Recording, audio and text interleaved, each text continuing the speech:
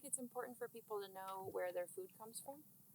Yeah, of course. Everyone should know where their food comes from. I think that um, food is what keeps us alive. It keeps us, it's such an important part, as well as just enjoyable part of life. And I think that, yeah, when you know where your food is coming from, I think you appreciate that aspect of life that much more. I think it makes the richness of meals that much richer when you can put a field or a face behind the dish that you're eating.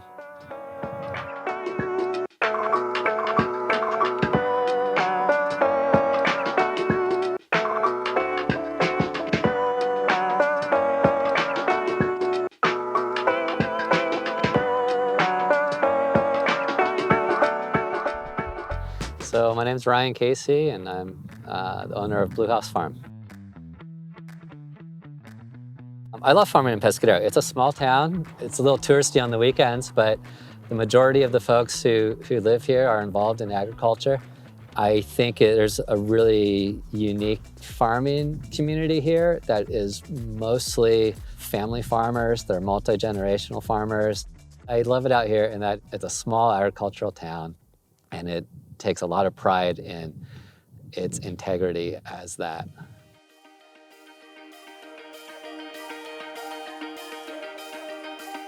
We grow around 40 different types of vegetables and strawberries and melons and cane fruit like raspberries and blackberries.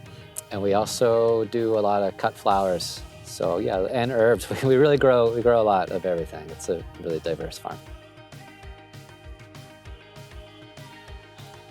Blue House Farm started off pretty small. We just had a couple acres. I started with a childhood friend, and we ran the farm together for about 5 years. Those beginning years, we had a CSA, Community Supported Agriculture program. That was where most of our produce was going. And then little by little, we added a farmer's market and then 2 farmer's markets, and now we're up to 6 or 7 farmer's markets a week. Some of the core values were to farm in a way that is good for the environment, in a way that is building a healthy soil, farming in a way that doesn't hurt wildlife and the creeks and stuff that surround the farms, farming in a way that is also good for the workers and the people that are out in the farm so that they're not exposed to chemicals, as well as provide diversified work so they're not doing the same activity day after day, but picking strawberries for a few hours in the morning, and then they move into lettuce and might spend the afternoon in the packing shed. So there's a lot of different activities that they're doing around the farm, using different muscles and stuff like that.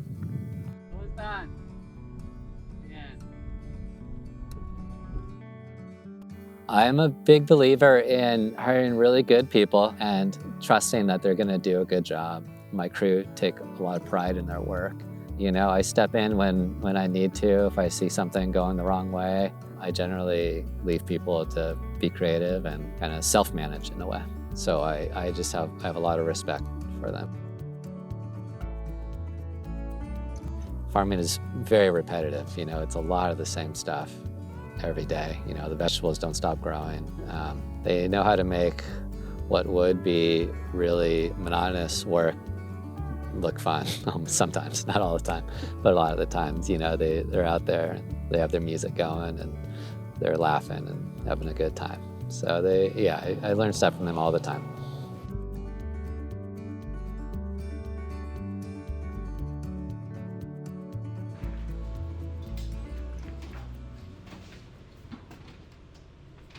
Blue House Farm is a certified organic farm. About half the business is in farmers markets around the Bay Area and Peninsula and East Bay. We have a farm stand that's open on the weekends. We sell everything we grow in a big, beautiful barn that we built a few years ago. And that's a great place for people who want to come to the farm and actually see the farm and see where stuff is grown. We're open on the weekends, and you can come shop at the farm stand, and we also have a U-pick strawberry field that People can go out to the fields, and in the fall we do a you-pick pumpkin. The farm goes up and down. It's so expensive farming in the spring, so there are months when the farm's just losing money, you know, when we're just paying out, paying labor, paying for boxes, paying for seeds, paying for fertilizer, plants, fuel, and then things break, and then you're paying the mechanic to fix this, and you know, and you're not making a whole lot back. And then there's other times of the year when we're just sending trucks and trucks of tomatoes. And you see that all in a good year, and you see it in a bad year, and you just hope at the end it works out in your favor. You just kind of you adjust, and you stay optimistic that next year will be better if you had a bad year the year before. The farm has gotten to a size and a stable enough place where I can pay people fairly well. I've been able to build farm worker housing, so I house for low rent, which has been a hugely important part of this farm becoming stable. You know, I think my next goal as a farmer is to try and work a little less and take a little more time to myself. It's been a lot of work, especially in the last 5-6 years on this ranch. There's a lot of infrastructure that's required to farm, so I've been spending so much time with that. I'm looking forward to try and just slow down a little bit, take a little bit of a break before I focus on what my next big thing is. I don't get out to the farmers markets as much as I used to, but when I do get out to visit them, and you just see everything set up on the tables, and it looks beautiful, and the piles are really high, and you see people shopping and smiling, and it's super rewarding.